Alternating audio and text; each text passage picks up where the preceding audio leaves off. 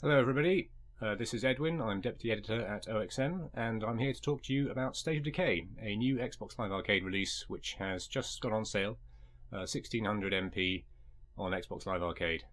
And I'm repeating myself already, so we're off to a great start. So this is an open world zombie survival game. A bit of housekeeping before we start talking about the details. This was being played on a grabber which had a problem, so there was a bit of latency to deal with, so you'll notice later on in the video I do get quite wobbly. It's as if I'm playing while drunk. So apologies for that. Now, the point of State of Decay is to build and kind of like maintain a community of survivors, which you'll find around this rather large map, and recruit to your cause by completing various missions. And once you've recruited them, you have to kind of keep them happy, keep their morale up and various sort of things.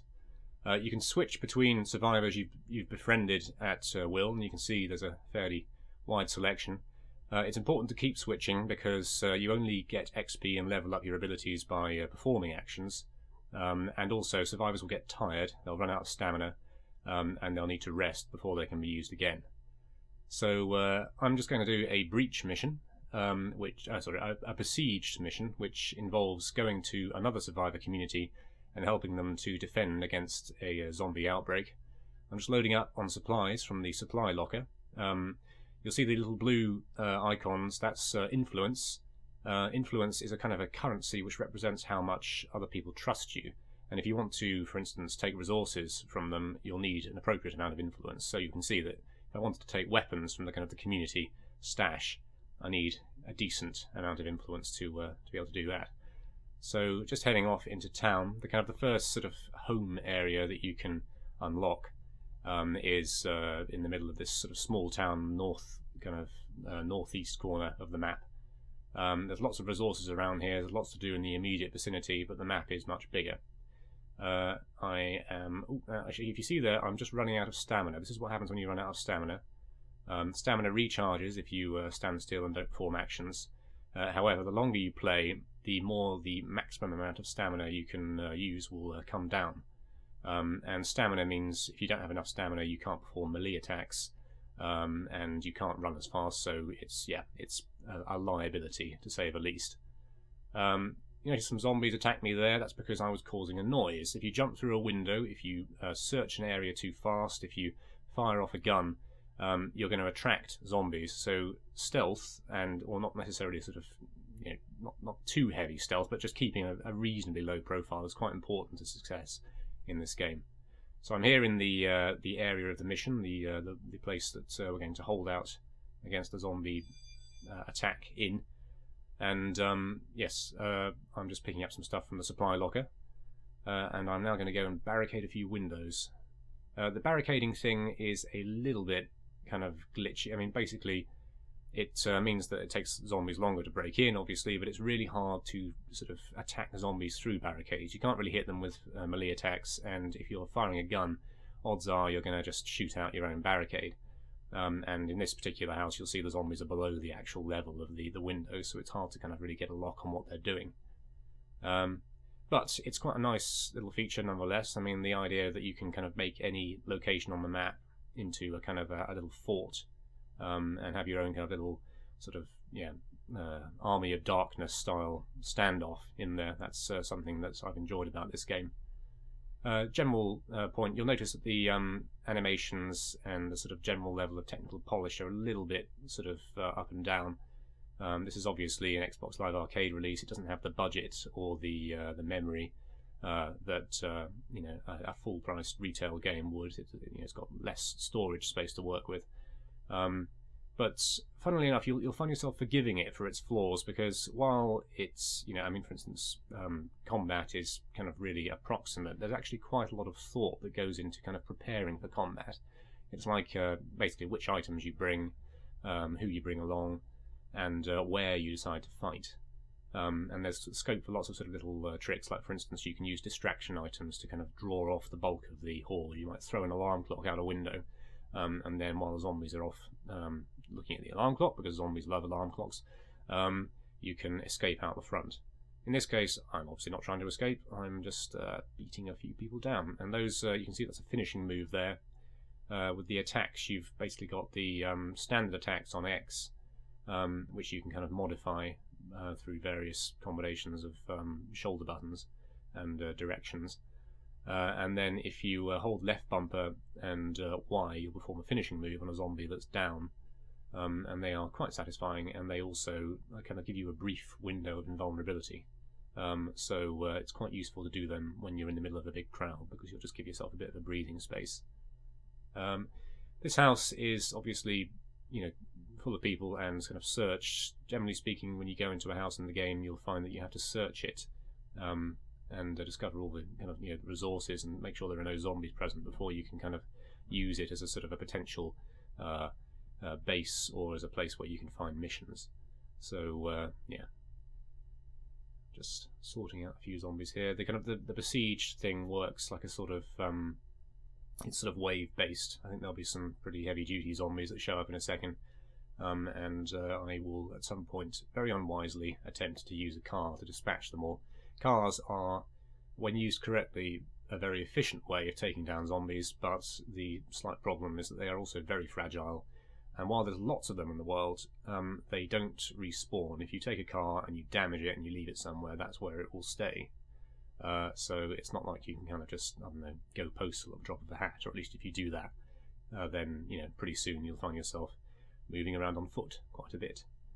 So just taking a few painkillers there. There are various types of medical supply in the game. The kind of, as with much else in the game, the sort of the number of different names you'll see for items in the inventories is somewhat at odds to the number of actual different items. I mean, there are lots of different medical sort of pills, but lots of them, it's just the same effect each time. And the same goes for kind of stamina replenishing items.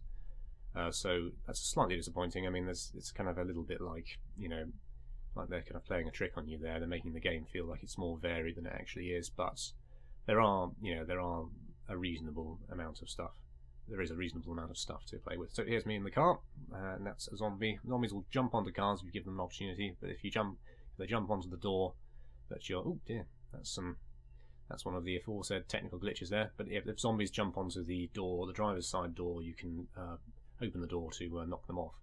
If they're not on that door, then you basically have to drive around until you manage to smear them against a building, or wait for them to pull the door off, as they've done there. Now, I can't quite work out what I was trying to do at this point. I think I got into my head the idea that there were going to be some of the more sort of advanced zombie types coming along, so I thought I'd just kind of prepare for them by smashing a car needlessly against the wall. Quite a nice car as well. There's a decent variety of vehicles.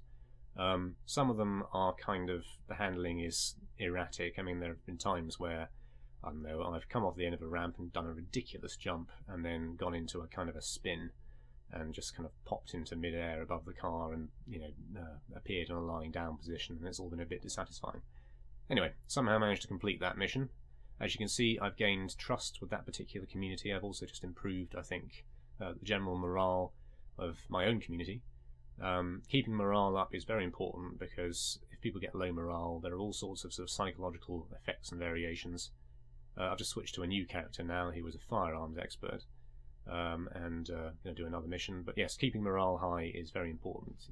And the easiest way to lose morale is to not have enough medicine and not have enough food. So keeping those resource bars you can see in top left high is kind of a big priority. And gathering resources with completing sort of story missions, for instance, and just upgrading your base, that's kind of part of the challenge of the game. So you can see the latency is kicking in a little bit here. I'm sort of walking into walls a bit. This is Maya, this character, who is one of the story characters you'll meet. You will also meet kind of procedurally generated, i.e. semi-random characters who differ with every playthrough. But as far as I'm aware, Maya is one of the scripted characters. She's a kind of a bit of a tough nut, kind of military type, and quite no nonsense. And she has all these traits you might be able to see in the menu when I go to them. Yeah, she's obviously good with firearms, so I'm just making sure that she's got a full clip, and I've stashed some empty guns that she was carrying in the inventory, and that obviously buys back a bit of influence, which yes, I can then spend on other things. Molotov cocktails there, you can see, they are very, very useful against zombies. They pretty much insta-kill a lot of the kind of horde the regular horde zombies. Having said that, you can set other people on fire. In fact, I think I do manage to do this later. And if you throw them at somebody who's running, then that's not a brilliantly good idea, because yeah, chances are you will miss, it will fall behind them, and yes, you will be down a Molotov cocktail with no discernible effect. That's a watchtower there on the left. You can expand the kind of safe area around your base by telling another survivor to get involved with a sniping mission. Just going to take care of some business here.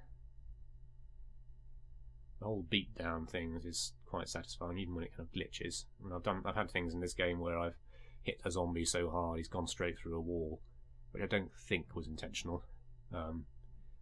So the day and night cycle obviously in effect here. I'm not aware at this point in the game, I mean, I haven't played it all the way through. Log wrote the review for us, which is now on the site, so he's got a more in-depth understanding, but I'm not aware that the zombies get more powerful at night as they do in, for instance, Dead Rising, but there are definitely advantages to fighting by day, because as you can see, the environments are quite busy, lots of terrain to find your way around, and it's very easy to miss a zombie. In fact, I think I'm about to get surprised by one on my left. If you see on the radar, yep, there's one. They just kind of come out of nowhere, which is quite fun. This whole sort of tension runs throughout, where you don't dare to use firearms consistently because you're constantly worrying what's just out of view. So I'm just off to participate in an infestation mission. Infestations are just kind of clusters of zombies that periodically show up in certain buildings, and if they're left sort of untended, they will eventually lower the morale of your community, and obviously they'll make it a bit more hazardous to move around in the vicinity. So yeah, going to go and clear that out with the help of a friend of mine. I say a friend, he's another one of the story characters. He's a bit of a nut job, kind of like stereotypical ultra right wing, ultra kind of suspicious sergeant. And before I do that, I'm just going to have a nice hug and kiss with a zombie. But yes, he's also good with firearms, so between the two of us, we shouldn't have too much trouble here. That's if I can actually reach him. You'll notice I'm doing some stagger moves there. Staggering zombies is pretty important. If you can keep a zombie away from you, they basically can't damage you. I've used up all my stamina. You can see that was a fairly small amount of cunning dodge there. So yeah, you can see if you attack a whole horde of zombies by yourself, then you're going to run out of stamina pretty quickly, and you're going to get into serious trouble. And permadeath is a feature of this game. You can't revert to a previous save, so if you do die with the character you're controlling, they are gone forever. So here is the aforesaid nut job. We're going to go and sort out an infestation. I am going to somehow manage to deal with the immense latency which is kicking in at this point. There's a lovely wobbly bit coming up here where I try and get up the slope. Ooh. No, maybe not, maybe not. Make a left, make another left, no, your other left.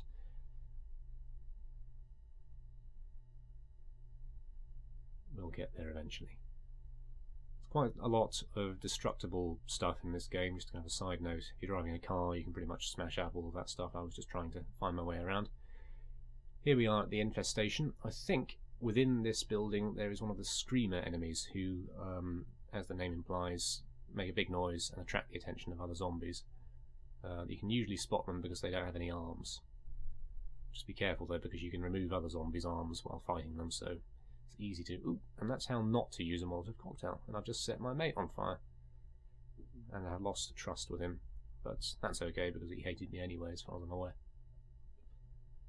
Trying to use a firearm at this point, not doing it particularly successfully.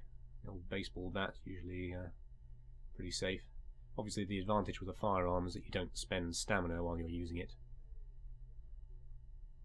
An important thing to note with this game is that the caliber of the zombies you meet depends on where you are in the story, so it's important not to advance the story missions too fast. You can usually tell which ones they are because they just have more dialogue associated with them. They're obviously narrative driven. Yeah, in particular, watch out of the mission where you go to collect the doctor. That's a little hint I'm going to give you. If you do that before you're up to a certain level of preparedness, you'll find yourself fighting a particularly nasty enemy type. Oh, Molotov cocktails for everybody! Yeah, he'll get over it. I've never actually had a survivor completely break trust with me, but I'm told that there are all sorts of awful things that happen when you're going to get to the lower level of the sort of psychological stuff. I mean, you can have people commit suicide, for instance, which isn't particularly good news. One of the other slight disappointments is that there are pretty generic solutions to quite a lot of the sort of psychological problems, or at least that's the impression I get so far. Basically, if somebody doesn't trust you, just take them out on a mission and kill a bunch of zombies, and you'll be fine. There are a few kind of like, oops, so there we go. That's one infestation cleared. So that was State of Decay by Undead Labs. I hope you've enjoyed this. For more videos, please subscribe to our channel. Bye!